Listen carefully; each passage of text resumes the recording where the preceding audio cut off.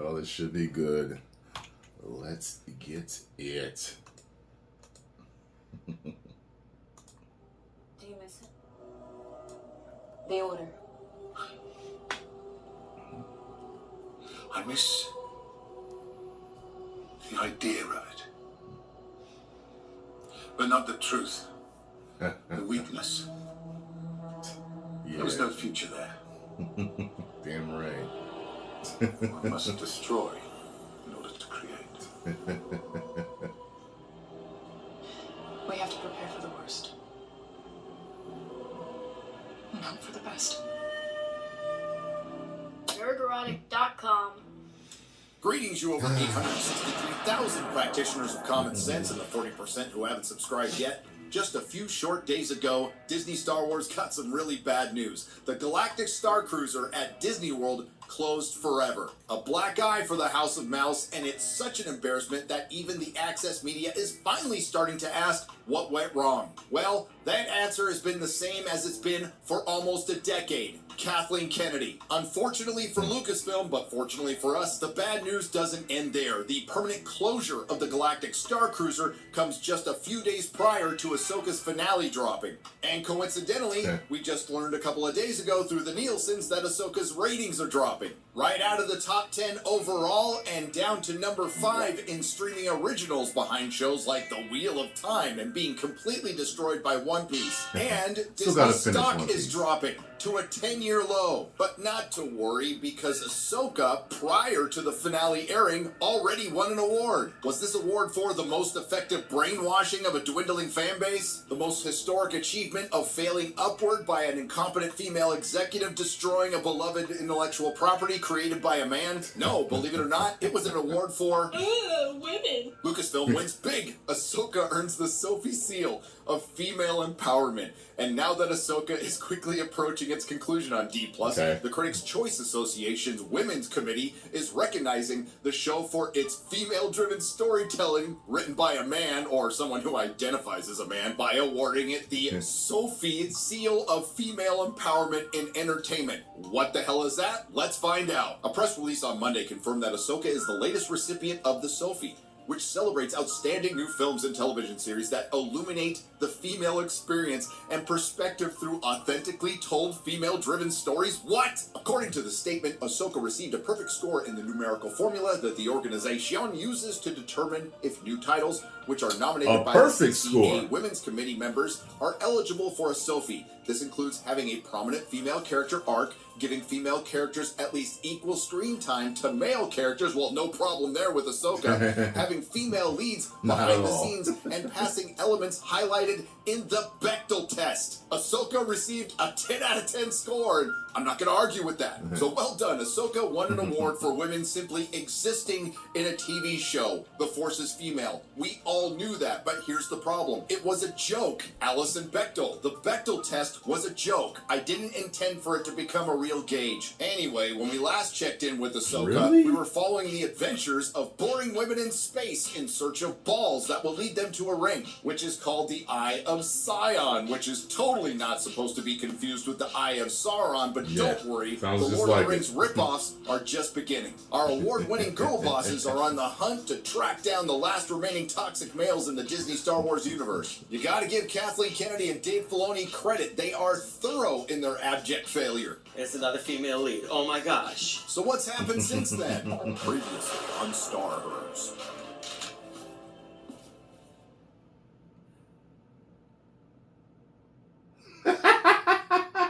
What she's got?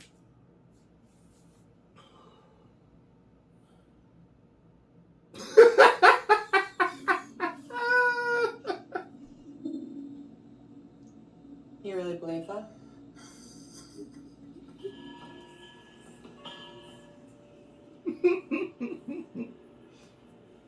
So pretty. There it is.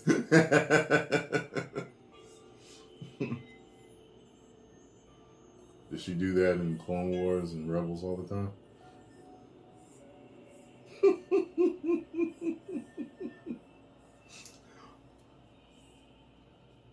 Ahsoka. Anakin. He made Outside of that, nothing happened. A colossal, pointless waste of time. Again, at this point, Disney's just desecrating a corpse. A once beloved, male-dominated franchise that a lot of women liked turned into an intersectional Women loved fantasy it, fever yeah. dream. A lot of women And loved this can't it. be stated enough. Disney has done the impossible. They have taken the world's most popular, most beloved, most indestructible cinematic franchise and reduced it to a category on a fledgling streaming service. And the pattern with D+ shows, be it Disney, Star... That's amazing, isn't it? Star Wars was always an event. And now they've, like, destroyed it. And I'm, like, a fan that's just hanging on with hope.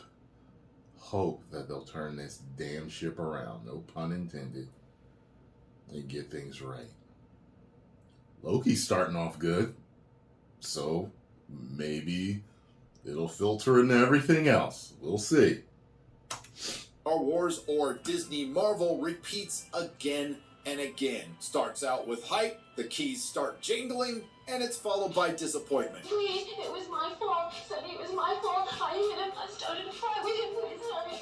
Sure, we saw some ships flying, Jedis leaping. We saw some cute little creatures speaking their cute little creature language. Could care less about them.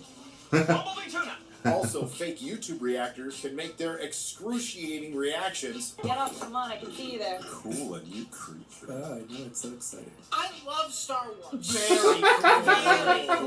Very cool. There were a lot of smirks. There were space whales with hyperspace buttholes. Unfortunately, we were missing important things like characterization and a story. I've read coloring books with more complexity than this. So, through episodes 1 through 7, what did we learn? Well, the New Republic is an incompetent matriarchy. When presented with indisputable holographic evidence that there were Force users that killed an entire ship's crew, destroyed the ship, and stole a valuable prisoner who just so happened to run one of the biggest shipyards for the Empire. And on top of that, they knew about Moff Gideon, which means they had to know about the plot surrounding Baby Yoda to take his blood, create an army of Beskar armored dark troopers, create Force-sensitive clones of Moff Gideon to incorporate in that army, and after 7 episodes, the New Republic still says, "Nah, it'll be fine." To be fair, that's completely consistent with everything we've seen from the New Republic in the entirety of Disney Star Wars. And the character of Morgan Elsbeth remains the shining example of what a Disney girl boss is, which coincidentally mirrors perfectly what your average female Disney diversity executive is. Devoid of personality and soulless. What are her wants? What are her needs? What's her motivation? I have no idea. What's her character arc? I can answer that. She doesn't have one. Remember the Marok? Remember the Marok theories? Is he Ezra Bridger? Oh, yeah. Is he Mara Yeah. Jade? Is he Galen Merrick? Is he Baby Yoda? Is he Ephraim Symbolist Jr.? Turns out he was just a fart in the wind. Yeah. Literally. Then there's Ray Stevenson Yeah. Schnauzer. Again, what does she want? What's her goal, aside from asking a lot of questions? Yeah. Why Lothal? What happens when we find Throne? What is it, Master? You know the one she seeks so desperately. Do you miss it? You won't help? Shut up, bitch! Now, Balin did say she was trained to be something else. Maybe we'll find out what that is by the final episode. This brings us to General Hera. No, and let's we just didn't. pretend I haven't watched some of the Rebel episodes. And let's just pretend I came into this show cold. The only thing I would know I about came this in character cold. is she likes to take her child on dangerous missions, which, again, to be fair, is a bit of a tradition here at Disney Star Wars. Dan, what's your position? I'm over the flats with subfighters in pursuit. And the other thing I know about General Hera is she's a general. Classified. I'm a general. Nothing's classified to me. Well, when you're a general, you can disobey orders too. I do seem to remember Hera from Rebels having somewhat of a personality, but that's not the case here. Then, of course, there's those gratuitous ass shots. See? I could be positive about the show. Then there's... I never said nothing about that. I said nothing about that whenever I was reviewing an episode. But in the back of my head, whenever I was watching, I was like, are they showing off her ass? Or is it just a nice ass? Or is it both? She's got a nice ass and they're showing it off. I was like, yo, something was up with that, man. I think that was on purpose. Roddick, you weren't the only one that noticed. I did too. Lord Balin, played by the late Ray Stevenson, who was a really nice guy. I got to hang out with him for a day in my comic shop. May he rest in peace. Who was easily the best thing in this show, but it's because of his mere presence alone. Unfortunately, his character turned in to be like every other character in this show. Nothing. Despite his little Pekingese asking him question after question, he really didn't answer any, and his character started to sound like the Sphinx from Mystery Men. That sort of power is fleeting. What I seek is the beginning. The enemy of our enemy is our friend. For now, I see what once was the great witch kingdom of the Dathmiri. He who questions training only trains himself at asking questions. What? We do know that he felt called to something in the other galaxy where Thrawn and Ezra were. Maybe we'll find out what that is in the final episode. Then there's Ezra Bridger from Rebels. And again, if you hadn't seen that show, you would have no idea who this guy is. True. Other than it was someone Sabine very platonically liked. That's why when Sabine found Ezra, it was the single worst reunion of two characters no one knows, with all the emotional impact of returning to work on Monday. And it's impossible to ignore the main character of Ahsoka, Sabine, our sassy, smirky, go-girl boss on her hero's journey, based on your average garden variety 2016 SJW who spent most of her time on Tumblr. She has impenetrable makeup, and is a character who is about as exciting as a room temperature glass of water. Just look at this scene after she risks it all on the hopes of saving Ezra after she thinks she got her master Ahsoka killed and betrayed her entire mission. I was hoping for a room with a view.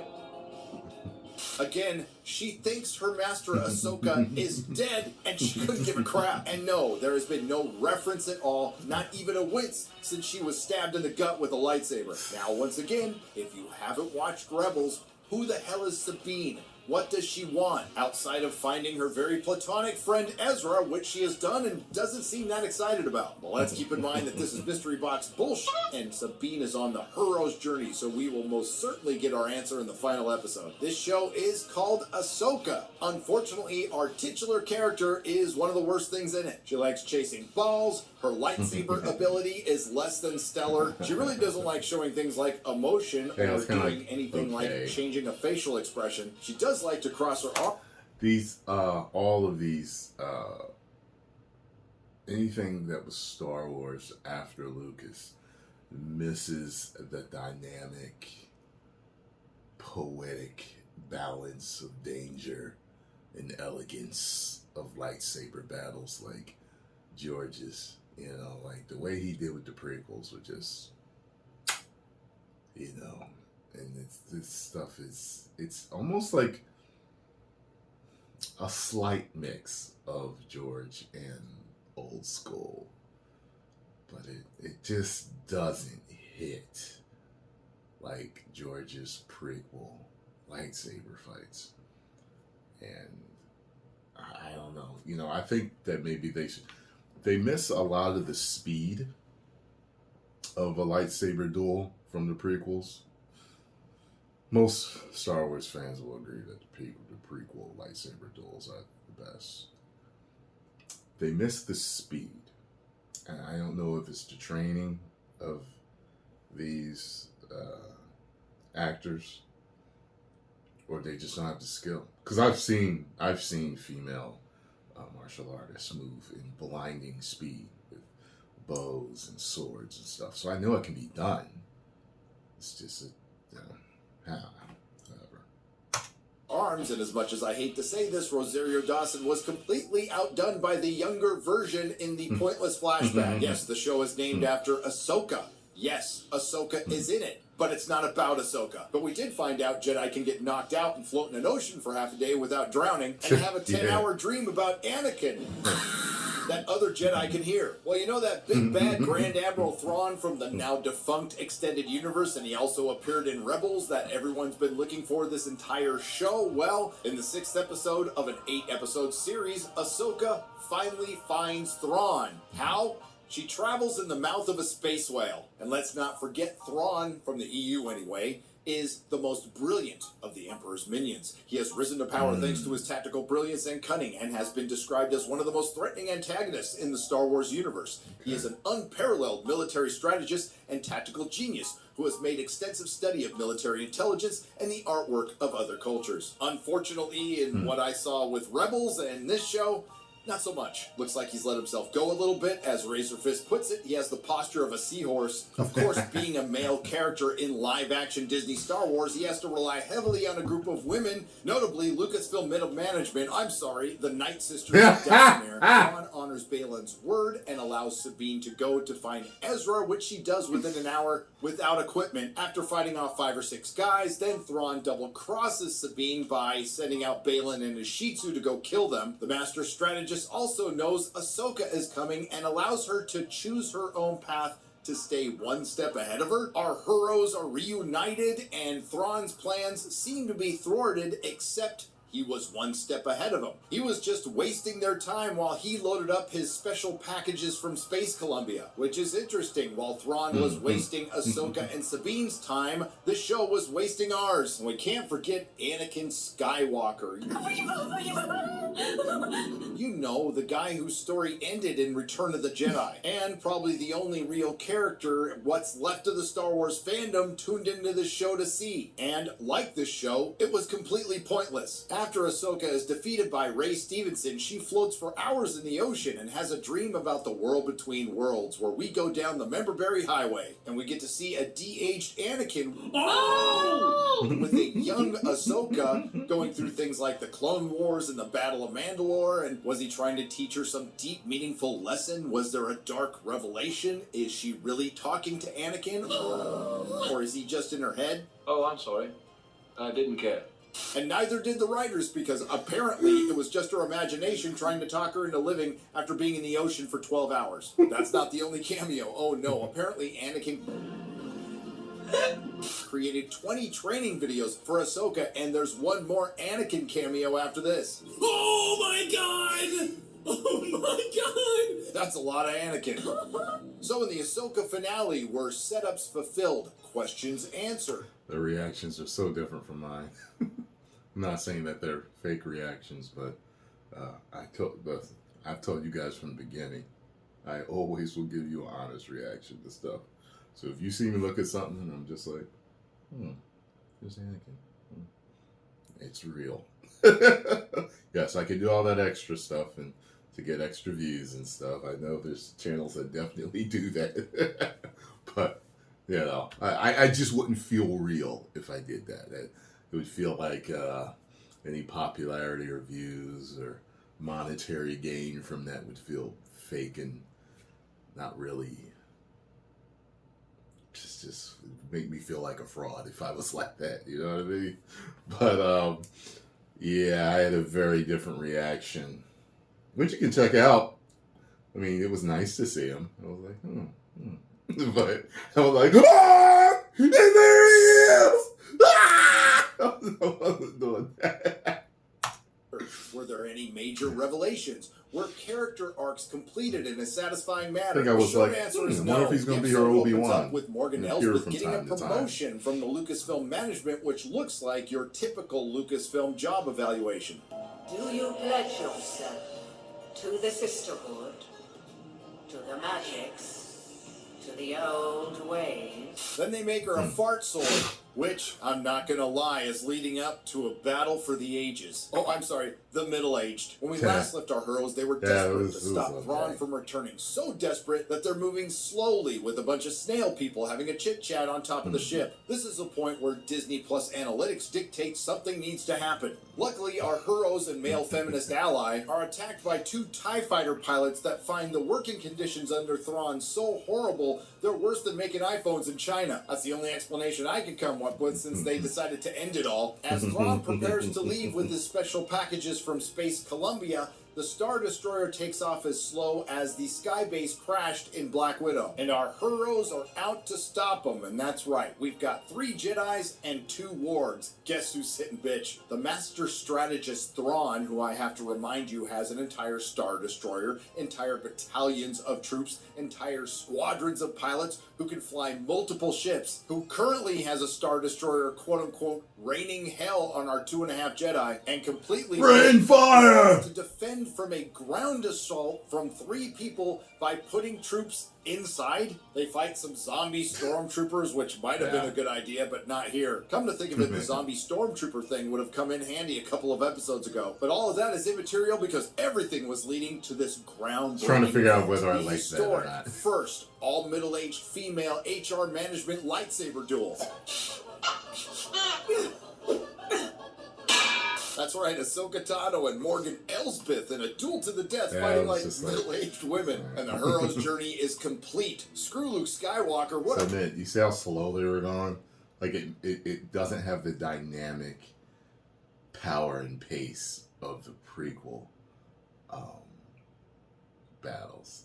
It's just, it's missing something, man. Pussy, it took him 3 movies. Sabine only took 5 minutes to become a Jedi. She helped open a door, she got a lightsaber on her own, and she helped Ezra marry Poppins onto a Star Destroyer.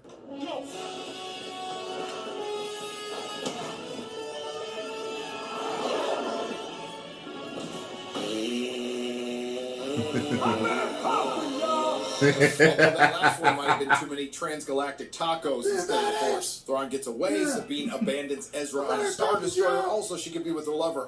Master Ahsoka. Master and submissive, Master and apprentice slowly walk back to Snail Town and look at stuff for a long while to pad watch minutes for Disney+.